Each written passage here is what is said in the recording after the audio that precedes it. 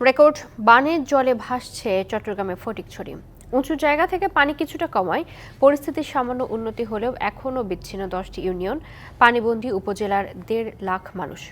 সমন্বিতভাবে ত্রাণ সহায়তা জোরদারের দাবি বানভাসীদের।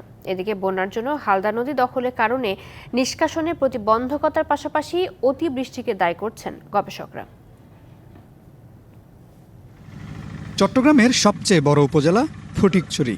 এবারের বন্যার পানিতে ডুবেছে উপজেলাটির 2টি পৌরসভা ও 20টি ইউনিয়ন।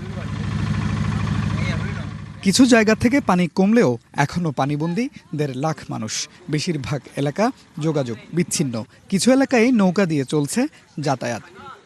আমি বাড়ি যেতে পারিনি, আমার বাড়িতে অনেক পানি, শ্বশুর বাড়ি ছিলাম। এই পরিমাণ পানি নিয়ে মানুষের জীবনযাপন করা খুবই আসলে কষ্টকর।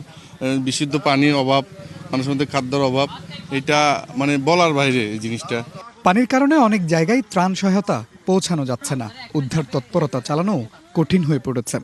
আমরা শুরুতে ত্রাণ নিয়ে এই ভিতরের দিকে যাওয়ার চেষ্টা করেছিলাম। রাস্তার যে অব্যবস্থাপনা ওইটার কারণে পানি বেশি উঁচু নিচু হচ্ছে। যেই সব ঘরবাড়িতে আমরা ত্রাণ পৌঁছানোর চেষ্টা করেছিলাম, ওইসব ঘরবাড়ির অবস্থাও খুব নাজুক।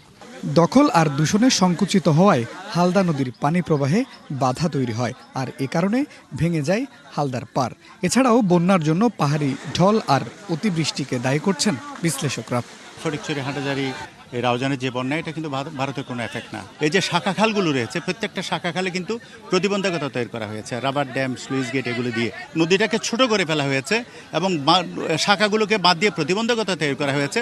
যার জন্য ছোট চ্যানেল দিয়ে যখন এই বিপুল পরিমাণ পানি আসার প্রয়োজন হয়, তখন কিন্তু ওভারফ্লো হয়। ফটিকছড়ি জুড়ে মানুষের চরম ভোগান্তির পাশাপাশি জমির ফসলের ব্যাপক ক্ষয়ক্ষতি হয়েছে।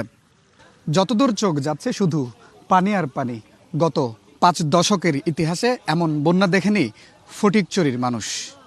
ঘরবাড়ি ডুবে মানবেতর জীবনযাপন করছে এখানকার হাজারো বাসিন্দা।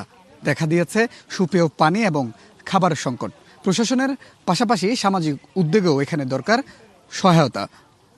Mujibul Haque, DBC news, Fatikchhari, Chittagong.